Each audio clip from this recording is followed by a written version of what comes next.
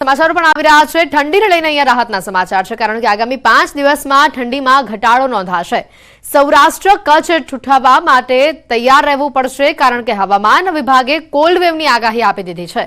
રાજકોટ, પોરબંદર અને કચ્છમાં કોલ્ડ વેવની શક્યતા છે। સામાન્ય કરતા 4.5 ડિગ્રીનો ઘટાડો થતા કોલ્ડ વેવની આગાહી આપવામાં આવી છે। હાલ ઉત્તરથી ઉત્તર પૂર્વ તરફના પવન ફૂંકાતા આગામી 24 કલાક કોલ્ડ વેવની આગાહી છે। જોકે આગામી 5 દિવસ આ તાપમાનમાં વધારો થવાની શક્યતા વ્યક્ત કરાઈ છે। રાજકોટમાં 9.5 ડિગ્રી તાપમાન નોંધાયું હોવાની માહિતી સામે આવી છે। તો આ સાથે અમદાવાદમાં 13.4 डिग्री, गांधीनगर में 13.3 डिग्री तापमान नोंधाયું છે। अगले तापमान जो है गुजरात में जो है मोस्टली नो लार्ज चेंज में देखने को मिलेगा। सौराष्ट्र कच्छ रीजन में, गुजरात रीजन की बात करें तो उसमें टेम्परेचर कई हिस्सों पे जो है नो लार्ज चेंज में ही रहेगा। अगले 24 घंटों में जो गुजरात में कोल्ड वेव वार्निंग दी गई है, जिसमें मुख्य तौर पे सौराष्ट्र कच्छ के हिस्से शामिल है, जिसमें कच्छ में नदिया जहाँ 6 डिग्री के आसपास तापमान रहने की संभावना है, पोरबंदर जहाँ 11 डिग्री के आसपास तापमान रहने की संभावना है, तथा राजकोट जहाँ 8 डिग्री की सेल्सियस तापमान रहने की संभावना है। सूरत पालिकाए सुखाकारी नहीं रहीशोने मुश्केली वधारी आपी है। पालिकाना पापे रहीशोनी स्थिति कफोड़ी बनी गई है। सूरतनी बारडोली पालिकानी घोर बेदरकारी सामे आवी है। रस्तो खोदता अंतिम यात्रा काढवामां पण मुश्केली पड़ी रही है। बैंडवाड़ा टेकरा पासे तंत्रए खोद्या छे अनेक खाड़ाओ। रस्तामां खाड़ा छे, अंतिम यात्रा काढवामां पण लोकोने हालाकी पड़े एटला खाड़ा छे। पालिकाना पापे मौतनो मलाजो पण हवे जळवातो नथी। रहीशो माटे रस्तानो बीजो कोई विकल्प पण नथी। छेल्ला 15 दिवसथी रस्तो खोदेलो होवा छतां कोई ज प्रकारनी कामगीरी कराई नथी। घटनाना आ दृश्यो तमाम सूरतवासीओ माटे खूब ज चौंकावनारा छे। तमाम सूरतवासीओमां आ घटनाने लईने रोष छे, कारण के मौतनो मलाजो पण जळवातो नथी। ए प्रकारना दृश्यो सामे आवी रह्या छे।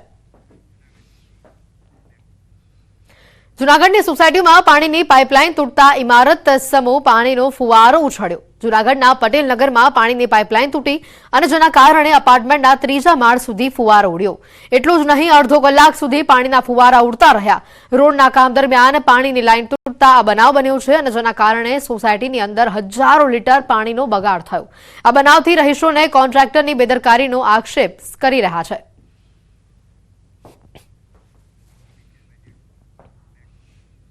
અમદાવાદથી સમાચાર આવી રહ્યા છે। વસ્ત્રાલમાં તંત્રની તવાઈ સામે આવી છે। મહાદેવનગરમાં 80 ફૂટ રોડ પહોળો કરવાની કામગીરી કરવામાં આવી। એએમસીએ દબાણ હટાવવાની કામગીરી હાથ ધરી છે। અનેક રહેણાંક મકાન પણ જમીનદોસ્ત કરાયા છે।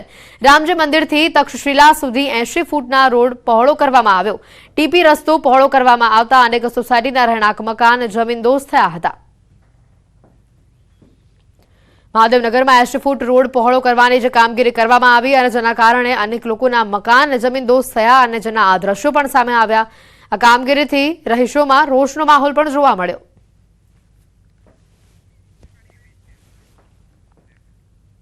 મોરબીમાં શિક્ષણ જગતને શર્મસાર કરતી ઘટના સામે આવી છે। લંપટ શિક્ષક રવિન્દ્ર ત્રિવેદી સામે વિદ્યાર્થીની સાથે છેડતીની ફરિયાદ નોંધાઈ। નરાધમ શિક્ષક સગીર વિદ્યાર્થીની સાથે અડપલા કરતો હોવાની ફરિયાદ દાખલ કરાઈ છે। आरोपी शिक्षक शाळानी अंदर अने पोताना खानगी ट्यूशन क्लासेसमां विद्यार्थीनी साथे अडपला करतो होवानो आरोप छे। चेम्बरमां बोलावी किशोरी साथे अडपला करतो होवानी विद्यार्थिनीए परिवारने जाण करी अने जे बाद परिवार द्वारा समग्र मामले फरियाद नोंधाववामां आवी। मोरबी सिटी बी डिविजन पोलीसे पोक्सो हेठळ गुनो नोंधी समग्र मामले तपास हाथ धरी छे।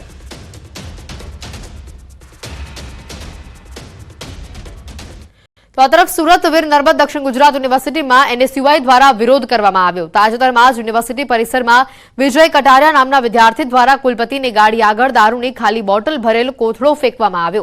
त्यारे आ घटनानो एनएसयूआई कार्यकरो द्वारा विरोध करवामां आव्यो। एनएसयूआई कार्यकरोए वीसीनी ऑफिसनी बहार विरोध प्रदर्शन कर्युं। यूनिवर्सिटी परिसर में दारूनी बोटलो आवी ज केम तेवा सवालो एनएसयूआई द्वारा करवामां आव्या। महत्वनुं छे के दारूनी खाली बोटल मूकवानी घटना सीसीटीवी में कैद थई छे अने आ मामले वेसु पोलीस मथकमां विद्यार्थी सामे फरियाद पण दाखल कराई छे।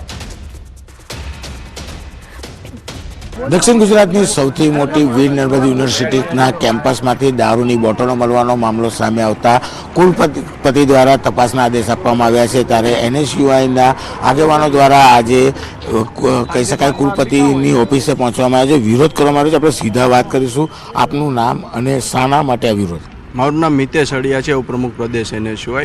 હવે 2 દિવસ પહેલાં વિડીયો ફૂટેજ આવ્યા હતા સોશિયલ મીડિયાની અંદર કે યુનિવર્સિટી કેમ્પસની અંદર વિવિધ સ્પોટથી કે લાઇબ્રેરીના પાર્કિંગમાંથી દારૂની બોટલો ખાલી જોવા મળી હતી અને પોટલીઓ જોવા મળી હતી, જેને લઈને VC સાહેબે મીડિયામાં એવું સ્ટેટમેન્ટ આપ્યું હતું કે ભાઈ આ SMCની કચરા પેટીની જે ગાડીઓ આવતી હોય છે એ અહીંયા દારૂની બોટલો એણે મૂકી હશે એવું. તો અમારો એવો આક્ષેપ છે કે અહીંયા VNSUની યુનિવર્સિટીની અંદર જ્યારે NSY વાળા આવવાના હોય ત્યારે તમે જાળીઓ પણ બંધ કરી દો છો, એવી તમારી પાસે ટાઈટ સિક્યુરિટી છે.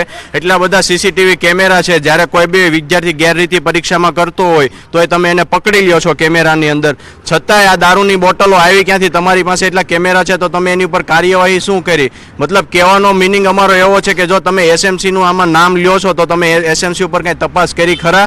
એટલે અમે સાહેબને 24 કલાકનું અલ્ટિમેટમ આપવાના છીએ કે તમે આની ઉપર તપાસ કરો કે બોટલો અને દારૂની જે પોટલીઓ ક્યાંથી આવી છે અને 24 કલાકની અંદર આની ઉપર કાર્યવાહી કરો, નહીં તો NSY તાળાબંધી, યુનિવર્સિટીની તાળાબંધી કરશે. અમારું કહેવું છે કે જો વિદ્યાના ધામમાં આ રીતના અખાડો બનતું હોય, દારૂનું મહેફિલ માનતી હોય તો આ ઉર્સે ગુજરાત બનતા વાર નહીં લાગશે. એટલે અમારો કુલપતિશ્રીને રજૂઆત છે કે જે પણ વ્યક્તિ આમાં ઇન્વોલ્વ હોય તેને કડકમાં કડક સજા કરો અને આની યોગ્ય તપાસ કરાવો. દારૂની બોટલો મળી છે તેને લઈને જો તપાસ નહીં કરે તો આગામી દિવસમાં NSY દ્વારા આંદોલનની ચીમકી પણ ઉચ્ચારવામાં આવી છે. કેમેરામેન ભરત બ્રહ્મભટ્ટ સાથે કીર્તેશ પટેલ, ન્યૂઝ 18 ગુજરાતી, સુરત. સમાચારોમાં હાલ રોકાઈશું એક બ્રેક માટે. આપ જોતા રહો ન્યૂઝ 18 ગુજરાતી.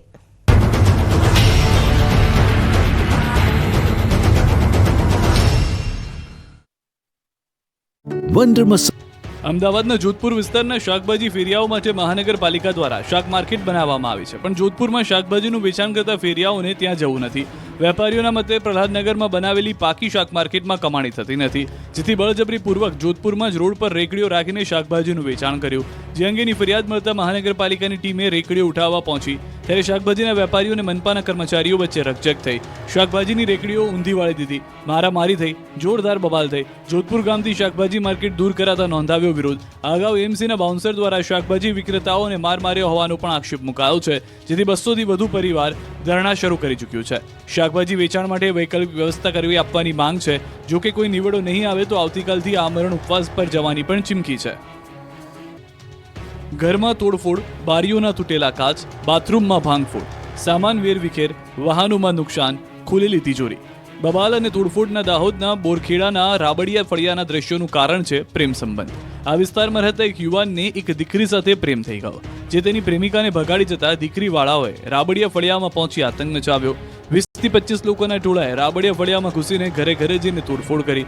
એક ઘરમાં જઈને લુખ્ખાઓએ ભાંગફોડ કરી. કોઈના ઘરના કાચ તોડ્યા, કોઈના રસોડામાં જઈને સામાન ઊંધો વાળ્યો, કોઈના બાથરૂમને નુકસાન પહોંચાડ્યું, તો ઘર બહાર પડેલી 7 બાઇકમાં નુકસાન કર્યું. ફળિયાના 8થી વધુ મકાનોમાં તોડફોડ કરતા ગામમાં જાણે ગુંડાઓ ઘૂસી ગયા હોય તેવો માહોલ સર્જાયો.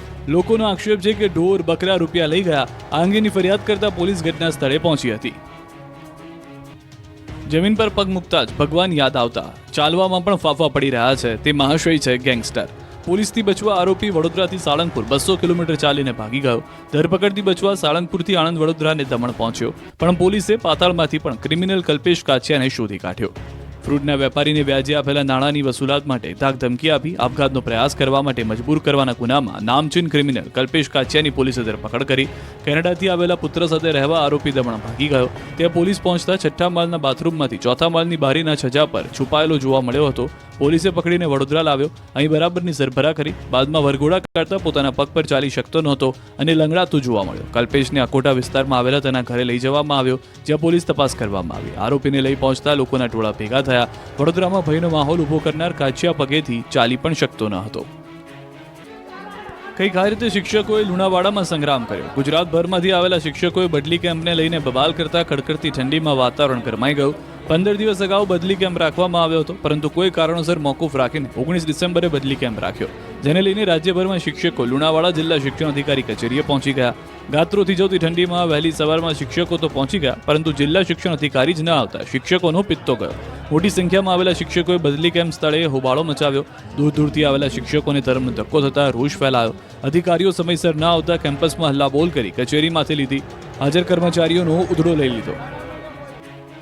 આણંદના બોરસદમાં દાદાનું બુલડોઝર ચાલ્યું છે. 300થી વધુ કાચા મકાન પર જેસીબી ફેરવીને કરોડો રૂપિયાની જમીન ખુલ્લી કરી છે.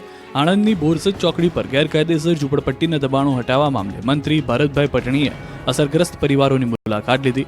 વર્ષોથી કલેક્ટર હસ્તક પ્લોટમાં 300થી વધુ કાચા પાકા ઝૂંપડા બનાવીને લોકો રહેતા હતા. આ દબાણકર્તાઓનું મંદિર તંત્ર તોડી નાખતા વિવાદ થયો હતો. ત્યારે ભારત સરકારના વિચરતી વિમુક્ત જાતિના વેલફેર બોર્ડના મેમ્બર ભરતભાઈ પટણી પરિવારોની મુલાકાતે પહોંચ્યા. તેમણે કહ્યું કે પરિવારની સમસ્યા સાંભળી તેમની સમસ્યા સાથે સરકારમાં હું રજૂઆત કરીશ. સાથે જ મકાન બનાવવા, પ્લોટ અને મંદિર બનાવી આપવા માટે તંત્રની તાકીદ કરી. વધુમાં 30 દિવસ સુધી અસરગ્રસ્તોને રહેવા જમવાની સુવિધા આપવા માટે કલેક્ટર અને એસપીને સૂચના અપાઈ. ઉપલેટામાં 25 વર્ષથી ખડકેલા દબાણો તોડી પડાયા. 1000 વીઘા જમીન પર ચાલ્યું બુલડોઝર. 80 કરોડની જમીન ખુલ્લી કરાવી. રાજકોટ જિલ્લા કલેક્ટરની સૂચના બાદ રાજકોટ જિલ્લાના ઉપલેટાના હાડફોડી ગામે આજે દબાણો દૂર કરવાની કામગીરી કરવામાં આવી. ધોરાજી પ્રાંતની રાહબરી હેઠળ સર્વે નંબર 18ની 1000 વીઘા જમીન પર છેલ્લા 25 વર્ષથી સરકારી જમીન પર કબજો જમાવીને બેઠેલા ભૂમાફિયા જમીન પર બુલડોઝર ફેરવી દેવામાં આવ્યું. આ જમીનની અંદાજિત કિંમત 80 કરોડથી પણ વધુ છે. છેલ્લા 25 વર્ષથી પણ વધુ સમયથી ભૂમાફિયાઓ દ્વારા ગૌચરની જમીન પર કબજો જમાવીને બેઠા હતા. આ અંગે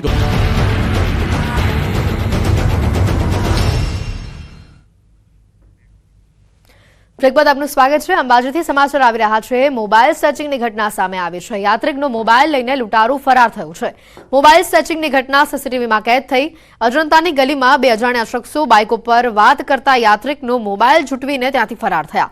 આ ઘટનાને લઈને અંબાજી પોલીસને જાણ કરવામાં આવી છે. સમગ્ર મામલે પોલીસ દ્વારા વધુ તપાસ પણ હાથ ધરાઈ છે. અંબાજીમાં મોબાઈલ સ્નેચિંગની ઘટના સામે આવી છે. પોલીસ હાલ સમગ્ર મામલે તપાસ કરી રહી છે. યાત્રિકનો મોબાઈલ લઈને લૂંટારુઓ ફરાર થયા હોવાની માહિતી છે. આખી ઘટના સીસીટીવીમાં કેદ થઈ કે જેમાં જોઈ શકાય છે કે બાઇક ઉપર એક વ્યક્તિ ફોન પર વાત કરી રહ્યો છે અને ત્યાંથી પસાર થતા 2 લોકો તેનો બાઇક ઝૂંટવીને ત્યાંથી ફરાર થઈ રહ્યા છે.